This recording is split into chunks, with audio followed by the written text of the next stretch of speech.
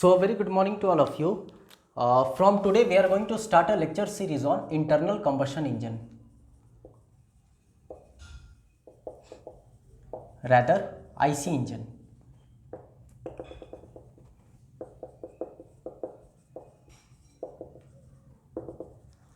With a very big assumption,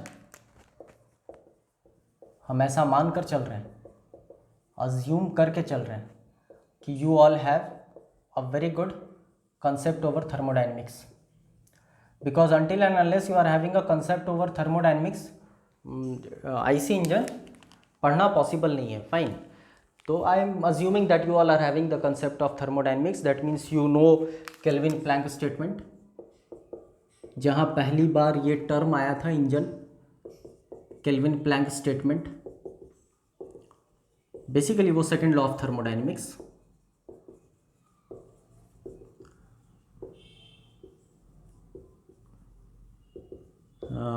जो कहता है कि it's impossible to construct an engine working under cyclic condition whose sole purpose is to take heat from source and fully converted into work. मतलब जो बतला रहा था, no engine again engine is 100% efficient. तो हम ऐसा मानकर चल रहे हैं कि आप केल्विन प्लैंक स्टेटमेंट जान रहे हो. हम ऐसा मानकर चल रहे हैं कि आपको साइकिल का मतलब पता है, जिसका इनिशियल और फाइनल पोजीशन सेम होता है. साइकिल जिसके वजह से हमको कंटिन्यूअस वर्क मिलता है. साइकिल जिसमें एक टर्म आइडियल साइकिल होता है. ओके. जिसमें बात रिवर्सिबल पाथ की होती है, जिसमें बात एडियाबेटिक एक्सपेंशन और कंप्रेशन की होती है, बिकॉज हम वो आइडियल मानकर चल रहे हैं. आई होप ये सब थर्मोडायनेमिक्स के कंसेप्ट्स आप जान रहे हो. हम ऐसा अज्यूम करके चल रहे हैं. So we would be sticking to only internal combustion engine. Okay. In future days we would start a lecture series on thermodynamics as well, and we would in fact start a lecture series on external combustion engine even, जिसको हम लोग power plant engineering कहते हैं. That means हम लोग यहाँ पर ये भी सीख लिए कि इंटरनल इंजन बेसिकली दो भाग में बंटता है, क्लासीफाई किया जाता है, जिसमें पहला होता है इंटरनल कंबशन इंजन और दूसरा होता है external combustion engine.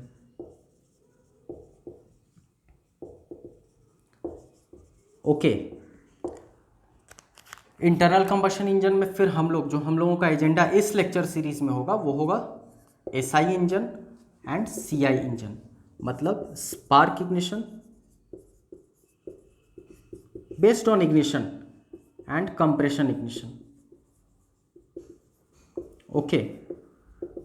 We would start one lecture series on this also, जिसमें हम लोग पढ़ेंगे पावर प्लांट इंजीनियरिंग.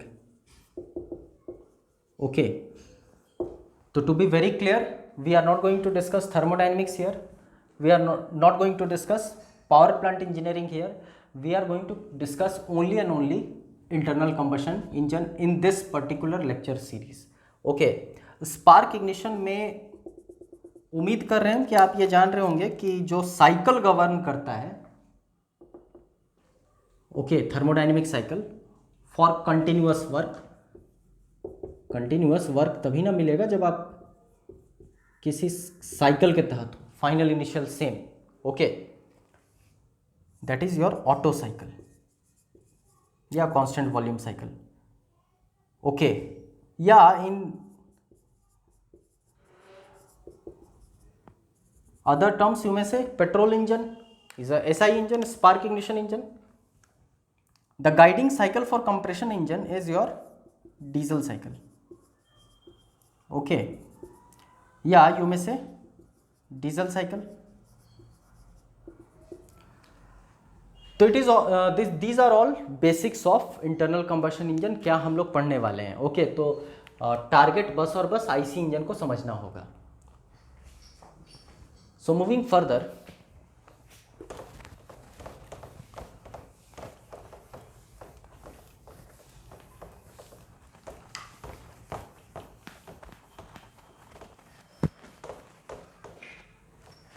एक इंजन बेसिकली होता क्या है. एक इंजन क्या होता है? तो एक इंजन एक ऐसा एपैरेटस है, अप्लायंस है, जो केमिकल एनर्जी को कन्वर्ट कर दे, यू में से हीट एनर्जी या मैकेनिकल वर्क। ओके, तो इंजन ऐसा ही होता है। अब internal combustion engine on a very basic level, अगर समझना हो तो it is somewhat like this.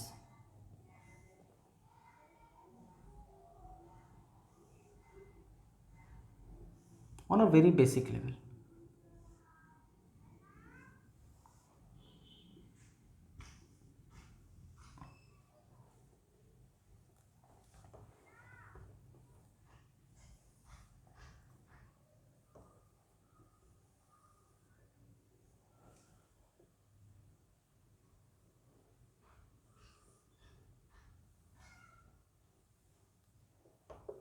एक इंजन का प्रारूप ऐसा ही होता है, जहाँ ये एक पिस्टन हो गया, यू में से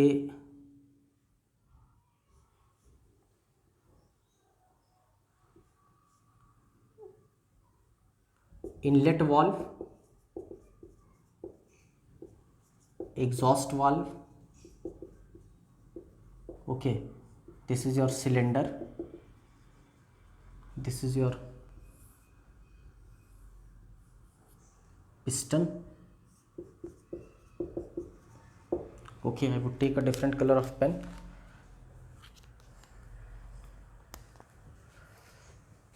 Rather not a very straight position, you may connect like this.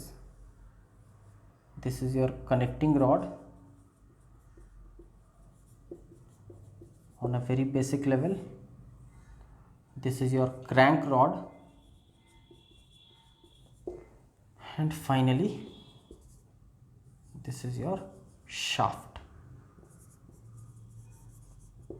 Okay, so on a very basic level, कुछ यहाँ पर आपका कंबशन होता है. Okay, it may be spark ignition or compression ignition, okay, depending upon the ignition temperature of the fuel. तो ये कुछ इस तरीके से फाइनली मूव करता है. ओके, तो on a very basic level engine कुछ ऐसा ही होता है. फाइन.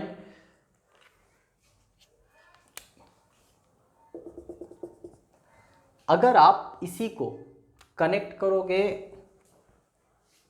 आई मीन टू से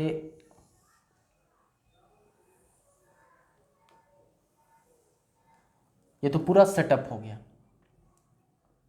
ओके,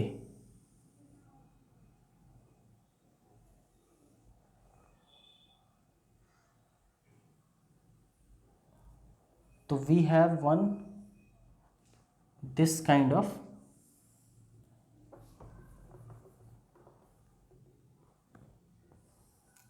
सेटअप, जिसमें ये वाला पोजीशन को कहते हैं बॉटम डेड सेंटर.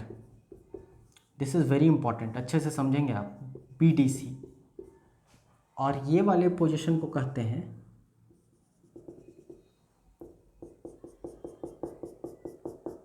ये बेसिकली पिस्टन का दो समझ सकते हो कि पोजीशन के बारे में बतला रहे हैं, दोनों एक्सट्रीम पोजीशंस के बारे में. This is your top dead centre, जिसको हम लोग TDC भी कहते हैं. ओके, ये क्लियरेंस वॉल्यूम होता है, जिसको हम लोग VC कहते हैं, क्लियरेंस वॉल्यूम. सीखेंगे हम लोग क्यों क्लियरेंस वॉल्यूम लिया जाता है. और यहाँ से यहाँ तक के लेंथ को L से डिनोट किया जाता है, जिसको हम लोग स्ट्रोक लेंथ कहते हैं. और ये पूरा ये वॉल्यूम जो कवर करेगा, okay, this complete volume will be VS, जिसको स्वेप्ट वॉल्यूम कहा जाता है. ब्यूटी ऑफ साइंस आपको सब समझ में आ रहा होगा टर्म से ही। हमने यहाँ क्लियरेंस छोड़ रखा है। हाँ, ये this is the sweeping done by this piston, but obvious है इसके आगे फिर ये ऐसे कनेक्टिंग रॉड लगा हुआ है, क्रैंक रॉड लगा हुआ है, और क्रैंक और शाफ्ट है। ओके, तो अगर इसको आप इधर कनेक्ट करोगे, ये तो एक सेटअप हो गया इंजन का। इसमें अगर हम लोग और डिटेल्स पे जाएं तो ये स्वेप्ट वॉल्यूम कहलाता है। आप थोड़ा इस मूवमेंट को कोशिश करेंगे समझने का। एक वक्त पर ये पिस्टन यहाँ जाएगा एट दिस एक्सट्रीम, और एक वक्त पर ये पिस्टन यहाँ आएगा, और ये इस तरह से चलता रहेगा। कंटिन्यूअस वर्क के लिए हम लोग एक साइकिल के माध्यम से इस पूरे प्रोसेस को लेकर चलते हैं, और ये इस तरह से चलता रहेगा। ये क्लियरेंस वॉल्यूम छोड़ दिया जाता है। अब क्लियरेंस वॉल्यूम क्यों रखा जाता है, आपके दिमाग में आ रहा होगा ये बात कि इसको पूरा क्यों नहीं यहाँ तक हम लेकर गए। ओके, तो ये पूरा जो इंजन होता है वो एक सेटअप के भीतर में होता है, जिसको हम लोग कहते हैं सिलेंडर ब्लॉक। ओके, हम लोग सीखेंगे सिलेंडर ब्लॉक भी देखेंगे। आज एक बेसिक क्लास, इंट्रोडक्टरी क्लास है आपके इंजन के बारे में, तो हम लोग बहुत डेप्थ में उसमें नहीं जा रहे हैं। फिर एक एक करके हम लोग कंपोनेंट को उठाएंगे तो ज़्यादा बेहतर तरीके से समझेंगे। एनीवेज, ऐसा कुछ हो गया। ओके, ये आपका था connecting rod, this was your crank rod. Okay, अब आप कहोगे कि क्लियरेंस वॉल्यूम क्यों रखा जाता है, तो रीज़न उसके पीछे ये है कि हमने आपको बताया ये पूरा सेटअप सिलेंडर ब्लॉक के भीतर में होता है, और यहाँ पर आपका इनलेट वाल्व है, एग्जॉस्ट वाल्व है। हो सकता है यहाँ पर अगर एसआई इंजन है तो वो स्पार्क प्लग लगा रहे हैं। Okay, it is somewhat like this. Okay, inlet valve, exhaust valve, spark plug. तो अगर पिस्टन पूरा यहाँ तक आई मीन टू से स्ट्राइक करे तो बट ऑब्वियस है कि ये सब जो आई मीन कंपोनेंट्स है वो उसके ख़राब होने की संभावना होती है। तो ये बहुत बड़ा रीज़न होता है कि हम लोग क्लियरेंस वॉल्यूम क्यों रहने देते हैं। खैर,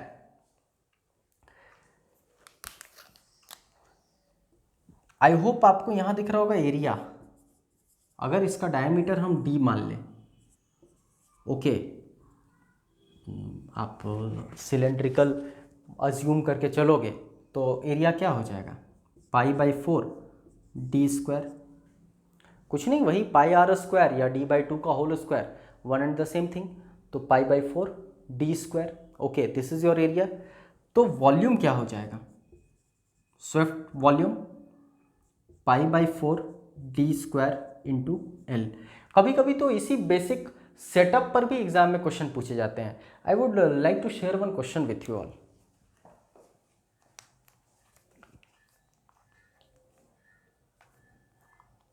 सवाल कहता है if crank radius is 80 mm and cylinder diameter is 100 mm,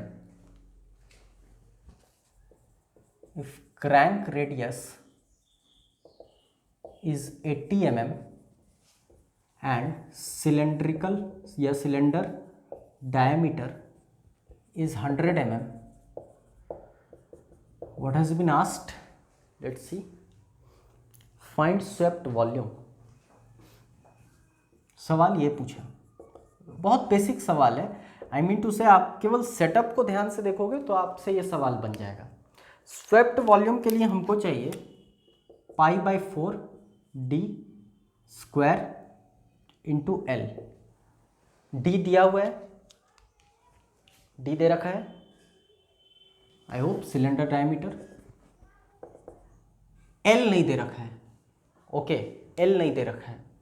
तो आप इस सेटअप को देखो, बॉटम डेड सेंटर और टॉप डेड सेंटर से कनेक्ट करके देखो इसको। पहले तो ये डेड शब्द क्यों आता है, क्योंकि डेड शब्द का मतलब यहाँ पर बतला रहा है कि आफ्टर दैट पर्टिकुलर पोजीशन, वो जो डायरेक्शन है पिस्टन का, रुकने के बाद वो चेंज हो जाएगा। मतलब कुछ पिस्टन ऐसे जा रहा था, यहाँ रुक गया, अब यहाँ आएगा, मतलब इस पोजीशन के बाद वो डेड हो चुका है, अब उसका डायरेक्शन बदल गया तो अब वो इधर आएगा।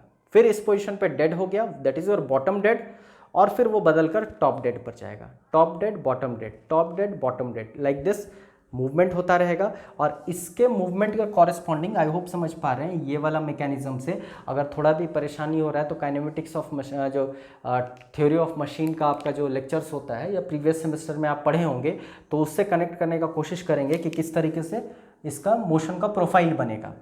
तो ये जैसे ये ऐसे गया तो ये पीछे गया, ये ऐसे आया तो ये फिर सीधा हुआ।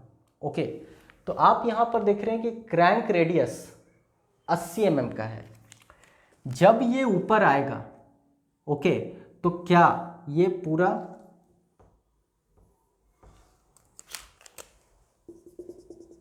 अपने एक्सट्रीम पोजीशन पर नहीं होगा, आप इस सेटअप से ही समझ पाएंगे। It is somewhat like this. जब ये यहां है, मतलब जब टॉप डेड सेंटर पर है तो ये पूरा यहां इस पोजीशन पर होगा, और जब ये बॉटम डेड सेंटर पर आया तो पूरा ये यहां पर होगा। तो बस इस आई मीन टू से इस डायग्राम से ही आप समझ पा रहे होंगे कि क्रैंक रेडियस और स्ट्रोक लेंथ के बीच में कोई रिलेशन होता है। That means stroke length, fine, stroke length is always twice of crank radius. Okay, मतलब 2 ऑफ दिस रेडियस, मतलब यहां से लेकर यहां तक ये जो होगा, this is your top dead centre to bottom dead centre. जितना ये इधर मूव करेगा उतना ही इसका 2 एक्सट्रीम पोजीशन यहाँ पर दिखेगा। तो क्रैंक का जो रेडियस होता है उसका 2 टाइम्स करेंगे तो हमको स्ट्रोक लेंथ मिल जाएगा। मतलब ये क्वेश्चन बनाने में कुछ भी नहीं करना था, हमको डी पता है, हमको एल पता है, फाइनली हम इससे रिलेट कर लिए। ओके, आप समझ पा रहे हैं कि क्रैंक रेडियस 80 mm है तो स्ट्रोक लेंथ इस पर्टिकुलर केस में 160 mm हो जाएगा। आप वैल्यू बिठाकर फाइनली mm में आंसर निकाल सकते हैं, स्वेप्ट वॉल्यूम निकाल सकते हैं। ओके, तो ये तो एक बेसिक हो गया कि किस तरह से एक आपका बेसिक इंजन दिखता है। अब इसको आप कनेक्ट भी कर सकते हो थर्मोडायनेमिक्स से, इसका बहुत एक्सट्रीम कनेक्शन है। आई मीन टू से कि if you are not having concepts of thermodynamics, IC engine पढ़ना बड़ा टफ होगा। जैसे थर्मोडायनेमिक्स में हम लोग पढ़े थे पीवी डायग्राम, बहुत आसान है, कुछ नहीं करना है। PV diagram, let us suppose 1 से 2, लेट अस सपोज कोई एक प्रोसेस की बात करते हैं, ओके, आइदर एक्सपेंशन या compression. Let us suppose expansion की बात करते हैं, फाइन, या कंप्रेशन की बात कर लो। तो अगर कंप्रेशन की बात करोगे तो 1 से लेकर ये 2, मतलब वॉल्यूम 1 ज़्यादा होगा, फिर 2 यहाँ पर आएगा। ये प्रोसेस ध्यान रहे एडियाबेटिक होगा, ये एक अजम्पशन होता है थर्मोडायनेमिक्स का। एडियाबेटिक में हम लोगों को वर्क का जो आउटपुट होता है वो मैक्सिमम मिलता है, इसलिए आइडियल साइकिल में हमेशा हम लोग एडियाबेटिक प्रोसेस को ही लेकर चलते हैं। बहुत आसान है। ये यहाँ से यहीं तक गया, मतलब 1 यहाँ पर होगा तो 2 यहाँ पर होगा। तो क्या आपको दिख रहा है, ये VC हो गया, क्लियरेंस वॉल्यूम। कनेक्ट करके देख सकते हैं इस पिक्चर से आप। This is why IC engine में डायग्राम्स का बहुत ज़्यादा इंपॉर्टेंस होता है। ये फ्यूचर लेक्चर्स में भी आप देखोगे, हम लोग किसी भी पर्टिकुलर कंपोनेंट को अगर लेंगे तो उसका पिक्चर से ही ज़्यादा इमेजिनेशन डेवलप हो पाएगा और वो कंसेप्ट्स क्लियर हो पाएगा। ओके, जैसे for an example, I am just giving you one example कि पिस्टन पूरी तरह से सिलेंडर से अटैच्ड नहीं होता है। ये दिखाने का अभी हम एक मैक्रोस्कोपिक व्यू में आपको दिखला दिए, लेकिन जब आप तरीके से पढ़ोगे तो पिस्टन डायरेक्टली सिलेंडर से अटैच नहीं होता है, पिस्टन रिंग्स होते हैं। जैसे अभी डीजल इंजन में, इंडिया में मेजॉरिटी जितने भी डीजल इंजन्स होते हैं उसमें करीब करीब 3 पिस्टन रिंग होता है, पिस्टन रिंग से कनेक्टेड होता है। तो वो सब स्पेसिफिकेशन पर अभी हम लोग नहीं आ रहे हैं, ये एक एकदम बेसिक सा स्ट्रक्चर हो गया आईसी इंजन का। For that we will see in our future lectures. क्या आप समझ पा रहे हैं कि यहाँ से यहाँ VS है, stroke swept valve volume like this, piston यहाँ से यहाँ, यहाँ से यहाँ, expansion compression and as such. Okay, this is your VC।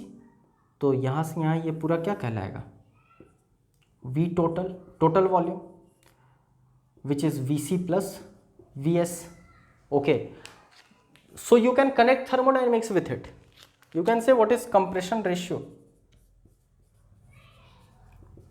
This is the beauty of science. Compression ratio.